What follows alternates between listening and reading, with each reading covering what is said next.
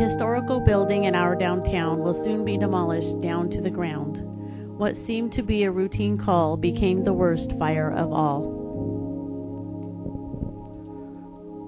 On January 28th, Mary and I got the call about 5 after 4 a.m. Before that, Mary was awake on the couch and she had heard the siren, she had heard the trucks, and she could tell it was really close. Then the call came in from City of Fortuna and she knew that it was probably our building. We got there at 4:12, small fire in the alley above the panel, and really we thought no big deal. We'd put that out, fix the back of the building and move on.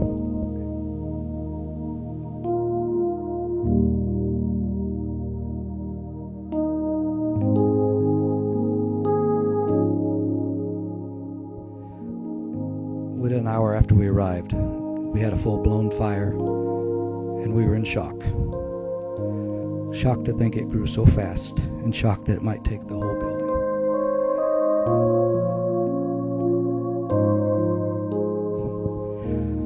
We still didn't think the fire was going to destroy our pharmacy. And our son came to the realization that let's go get that computer out. So with the help of a fireman, I was able to do that.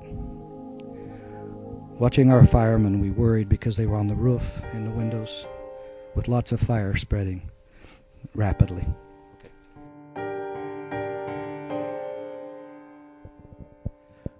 Later, watching the fire, we ended up having some hope that the fire was contained, only to get those dashed when the fire would pop up somewhere else. An old building has lots of voids and holes, and the fire just kept coming up.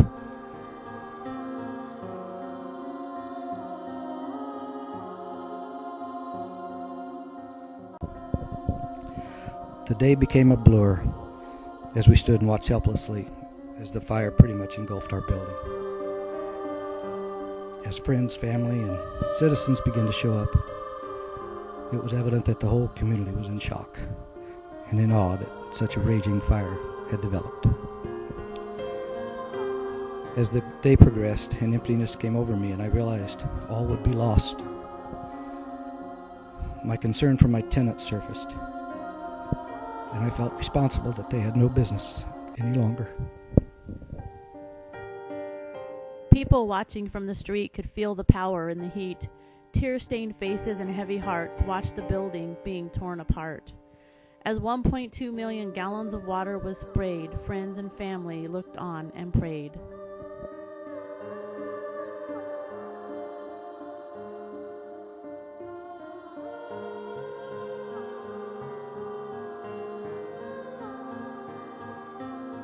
Eight agencies for a total of 70 personnel arrived at the site.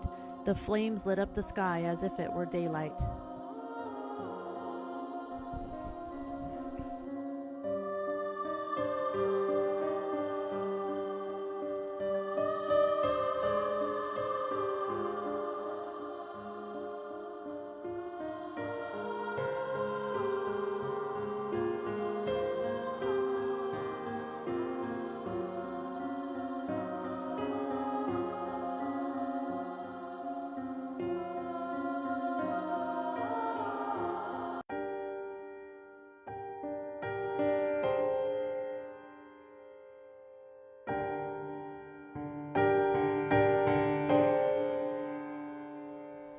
The firefighters pressed on till every last flame was gone, exhausted and drained at the end of the day, thankful that every volunteer was okay.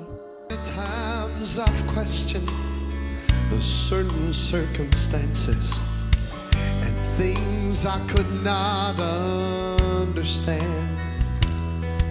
And many times in trials, weakness blurs my vision. That's when my frustration seems to get so out of hand. Oh, but it's then I am reminded, church, that I have never been forsaken. I've never had to stand one test alone. No, no. That's when I look at all the victories and the power of God starts rising up in me. And it's through the fire my weakness promise it's made strong. Oh, he never promised that the cross would not get heavy and the hill would not be hard to climb. He never offered our victories without fighting, but he said help would always come in time. And just remember when you're standing in the valley of decision and the adversary says give in, just hold on. Our Lord will show up, yes, and he will take you through the fire. Sure. In the aftermath of the whole day, we sat back and realized what a wonderful community we live in. Not only did all the people show up for hugs and prayers, but people brought food. They supported our firefighters with lunch, with coffee, with breakfast, with all the things that we needed throughout the day. And as the days progressed after the fire, we had such an outpouring of love from this community. Everybody wanted to help, and everybody did help. Okay. All right, let's do it. 10 days after the fire, we opened a new pharmacy in the old Lowe's building, and we couldn't have done it without the help of a lot of people. Our contractor Daniel and my son-in-law Doug worked tirelessly to put in walls, to put in floors. We put in the computers, the desks, the counters, everything we needed in that last few days, and opened up 10 days later.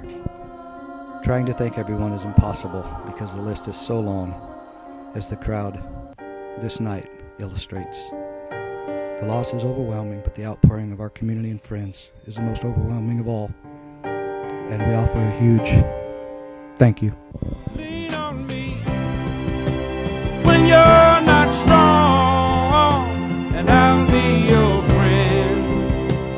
I'll help you carry on, for it won't be long till I'm gonna need somebody to lean on. You just call on me, brother, when you need a hand. We all need somebody to lean on. I just